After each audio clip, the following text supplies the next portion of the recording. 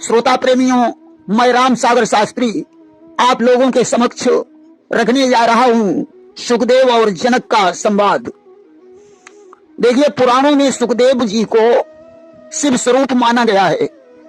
सुखदेव जी परम ज्ञानी थे, उन्हें सभी सिद्धियां प्राप्त थीं। अंतरिक्ष मार्ग से प्रत्येक लोक में जाने की सामर्थ्य थी। ऐसे परमहंस महामुनीश्वर को किसी का शिष्य बनने की क्या आवश्यकता थी। परंतु गोस्वामी तुलसीदास जी ने गुरु की महिमा का वर्णन करते हुए लिखा है कि गुरु बिन भवनिधि तरई न कोई, अचहि बिरंचि शंकर सम होई।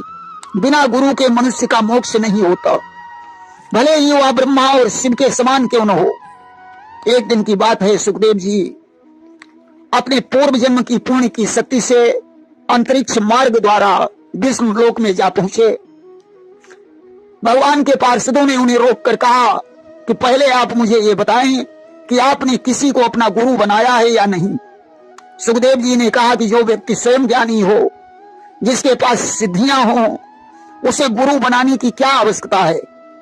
पार्षदों ने कहा कि बिना गुरु के मोक्ष नहीं होता, इसलिए आप यहां से लौट जाइए, आप स्वर्ग लोक में नहीं आ सकते हैं। सुखदेव जी ने कहा अब तो मैं यहीं रहूंगा, मृत्यु लोक में लौट कर नहीं जाऊंगा। पार्षदों ने जाकर भगवान विष्णु को बताया कि प्रभु सुखदेव जी आए हैं, उन्होंने गुरु किया नहीं, फिर भी स्वर्ग में रहना चाहते हैं। भगवान विष्णु ने सुखदेव जी को अंदर बुलाया और कहा, मुनीश्वर, आपके पास पूर्व जन्म की संग्रह भक्ति की शक्ति है, इसलिए आप कुछ दिनों तक स्वर्ग में निवास कर सकते हैं। परंतु जब यह पूर्व जन्म की पुण्य नष्ट हो जाएगी तो आपको पुनः मृत्यु लोक में जाना पड़ेगा। बिना गुरु के ज्ञान नहीं होता, ज्ञान के बिना भक्ति नहीं होती, भक्ति के बिना मुक्ति संभव नहीं है, और मुक्ति के बिना आत्मा की तृप्ति नहीं होती। कि बिन गुरु कृपा न ज्ञान हो, ज्ञान बिना नहीं भक्ति, भक्ति बिना मुक्ति नहीं, मुक्ति बिना नहीं तृप्ति।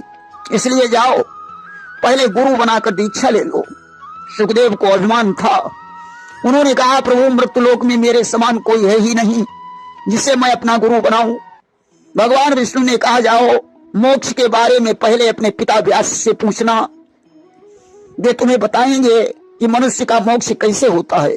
सुखदेव जी वहां से लौटकर अपने पिता व्यास के पास पहुंचे।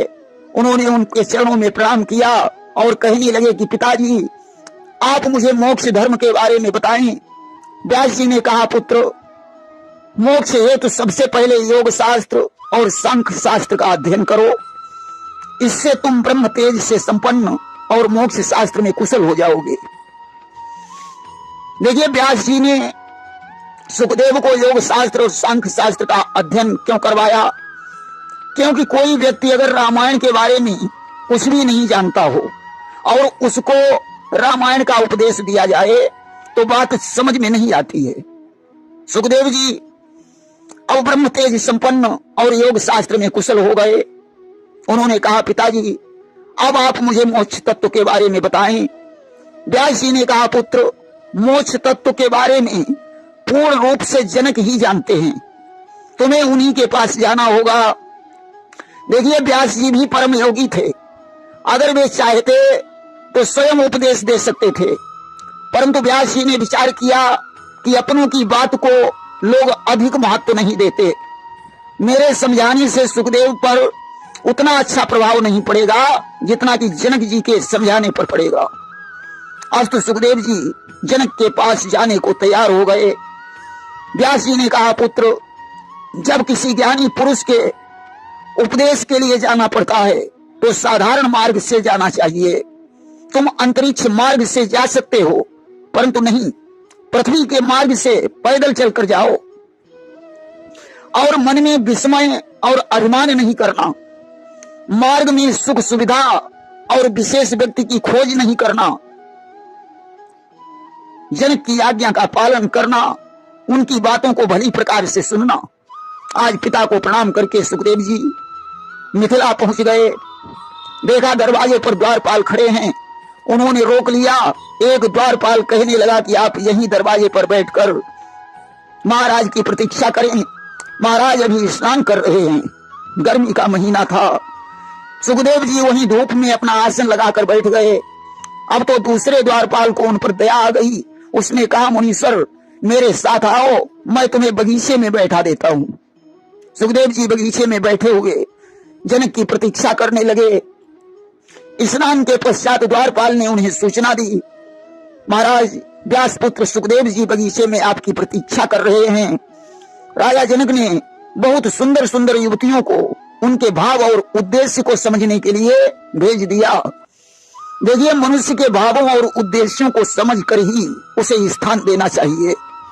जनक सुखदेव की परीक्षा ले रहे हैं। निषाद राज ने भी भरत के भावों की परीक्षा ली थी। आज वे युवतियां सुखदेव जी के पास पहुंची।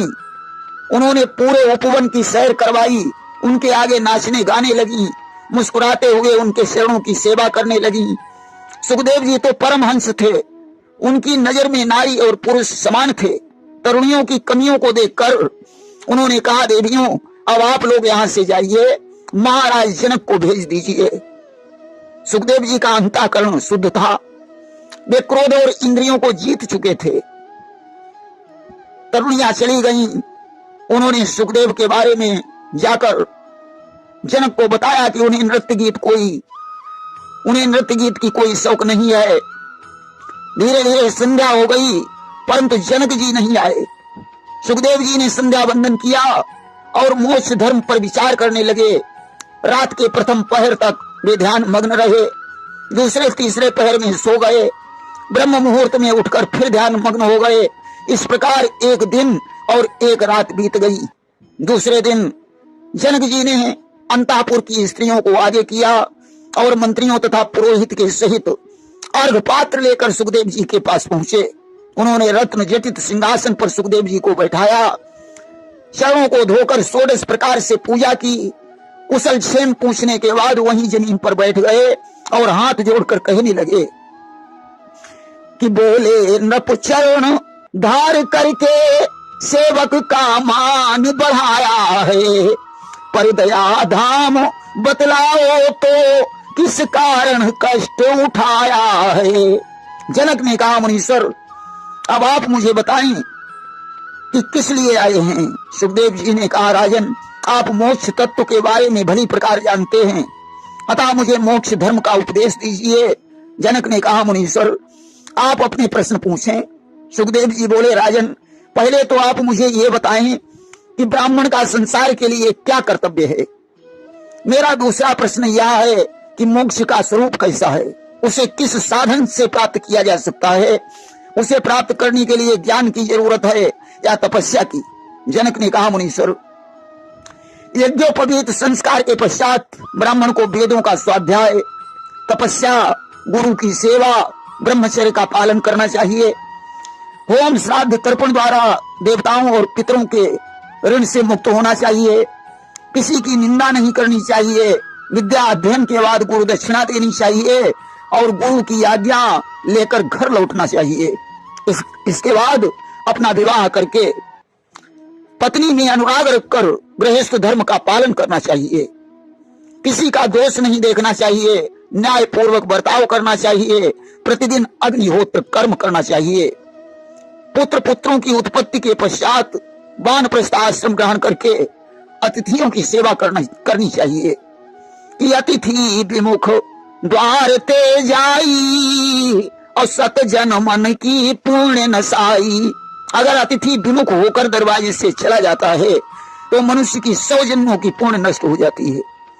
इसके बाद संन्यास आश्रम ग्रहण करना चाहिए। इसमें शीत और गर्मी को सहन करना चाहिए।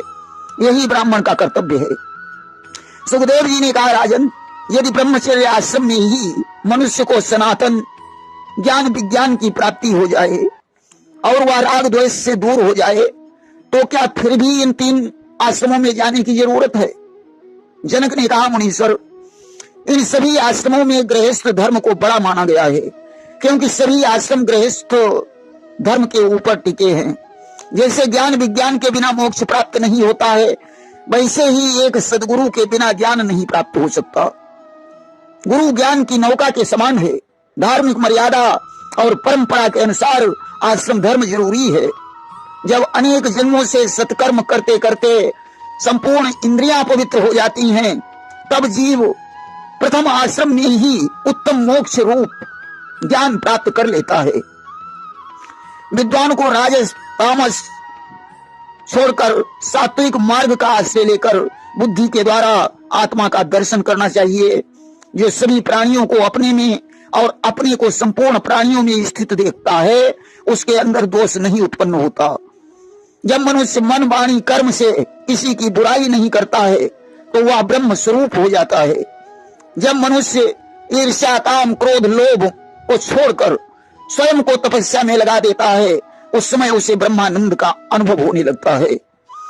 जो इच्छा और द्वेष से रहित है वो ब्रह्म भाव को प्राप्त हो जाता है। जिस पर सुख दुख द्वंद्व का प्रभाव नहीं पड़ता वह ब्रह्म को प्राप्त हो जाता है। बुद्धि रूपी दीपक से ही आत्मा का दर्शन हो सकता है। आप विषयों से दूर हैं, दिव्य विज्ञान भी प्राप्त है, आप में गति ऐश्वर्य अधिक है, आपको ज्ञान है, बुद्धि स्थिर है, लोभ नहीं है, परंतु विशुद्ध निश्चय नहीं है। विशुद्ध निश्चय के बिना परम ब्रह्म की प्राप्ति नहीं होती।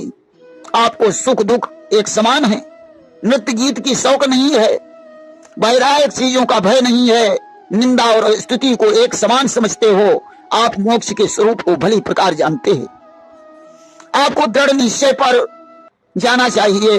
अब तो जनक के उपदेश से सुखदेव जी दृढ़ निश्चय पर पहुंच गए और बुद्धि के द्वारा आत्मा का साक्षात्कार करके उसी में स्थित होकर कृतार्थ हो गए। उन्हें परम आनंद और परम शांति का अनुभव हुआ। आज जनक जी को गुरु मानकर सुखदेव जी पिताजी के पास लौट आए। व्यास जी हिमालय पर्वत के एक आश्रम में शिष्यों को संहिता पढ़ा रहे थे। सुखदेव जी ने जाकर पिता के चरणों में प्रणाम किया। उन्होंने पिताजी के समक्ष सारे संवाद का वर्णन किया। उसे सुनकर व्यास ने अपने पुत्र को हृदय से लगा लिया। व्यास के शिष्य पृथ्वी पर आकर वेद पढ़ाने और यज्ञ करवाने लगे। व्यास जी वहीं ध्यानावस्थित हो गए। उस समय आकाशवाणी हुई कि हे व्यास, मंत्र की ध्वनियों के गुंजार के बिना यह पर्वत सूना सूना लग रहा है, अतः वेद अध्ययन कीजिए। आकाशवाणी सुनकर व्यास जी ने पुत्र सहित वेदों की आवृत्ति शुरू कर दी। एक दिन की बात है, स्वाध्याय के समय बड़ी तीव्र गति से आंधी आ गई। व्यास जी ने स्वाध्याय रोक दिया। सुखदेव जी ने पूछा, पिताजी ये आंधी क्यों आई और आपने स्वाध्याय क्यों रुकवा दिया? व्यास जी ने कहा, पुत्र तुम्हारा मन स्वतः निर्बल नहीं है, आंधी विष्णु का निश्वास है। प्रत्येक जीव जैसे सांस लेता है और छोड़ता है, उसी प्रकार भगवान विष्णु भी सांस लेते हैं और छोड़ते हैं। आज भगवान विष्णु ने सांस छोड़ी है, इसलिए आंधी आ गई। आंधी चलने पर वेद पाठ नहीं करते हैं, क्योंकि वेद भी विष्णु का निश्वास है। वेद पाठ करने पर वायु से वायु को क्षोभ उत्पन्न होता है। अब आंधी समाप्त हो चुकी है, तुम यहाँ बैठकर स्वाध्याय करो, मैं आकाश गंगा के तट पर जा रहा हूँ। व्यास जी आकाश गंगा के तट पर चले गए।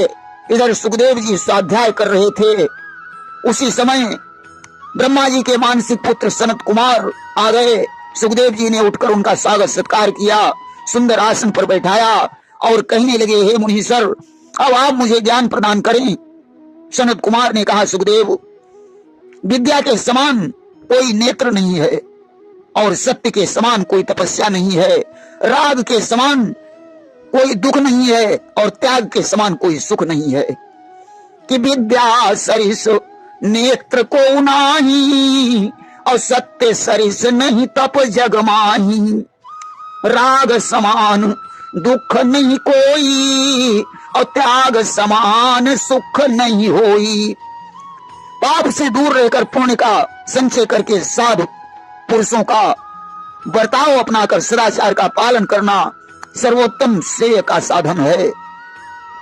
संसार एक नदी के समान है, रूप इसका किनारा है, मन ही स्रोत है, स्पर्श ही द्वीप है, रस ही प्रभाव है, रस ही प्रवाह है, गंध ही कीचड़ है, शब्द ही जल है, स्वर्ग रूपी दुर्गम घाट है, शरीर रूपी नौका द्वारा इसे पार किया जाता है। क्षमा ही डाल है, धर्म ही लंगर है, विषय त्याग ही वायु का प्रवाह, प्रवाह है जिससे इस नदी को आसानी से पार किया जा सकता है। रूप, यौवन, जीवन, धन, आरोग्य, सहवास अनित्य हैं। विद्वान को कभी इनमें आसक्त नहीं होना चाहिए। इस प्रकार ज्ञान प्रदान करके सनत कुमार वहां से चले गए। अब सुखदेव जी ब्रह्म पद का अनुसंधान करने के लिए पिता के पास पहुंचे, उनकी परिक्रमा की और कैलाश पर्वत पर चले गए। वहां योग में लीन होकर उन्होंने अंतरिक्ष मार्ग से श्वेत द्वीप की यात्रा की। वहां उन्हें भगवान जनार्दन के दर्शन हुए। भगवान ने कहा कि अब तुम सनत कुमार के बताए गए योग द्वारा सिद्ध हो चुके हो, अब तुम वायु मार्ग से संपूर्ण लोकों को देख सकते हो। सुखदेव जी भगवान जनार्दन को प्रणाम करके विष्णु लोक में पहुंचे। वहां चतुर्भुजी भगवान विष्णु के दर्शन हुए। सुखदेव जी ने उनकी स्तुति की कि सशंख चक्रम सकरीट कुंडलम सपीत वस्त्रम सरसीरुहे क्षणम सहार वक्षास्थल कौस्तुभश्रियम नमामि विष्णुम शिरसा चतुर्भुजम। भगवान विष्णु ने सुखदेव को वरदान दे दिया कि तुम्हें विद्या और भक्ति दोनों प्रदान हो, दोनों प्राप्त हो। सुखदेव जी पिता के पास लौट आए। व्यास जी अपने आश्रम में लौटे। वहां उन्होंने भागवत संहिता की रचना करके सुखदेव जी को पढ़ाई। प्रेम से बोलिए वृंदावन बिहारी लाल की जय।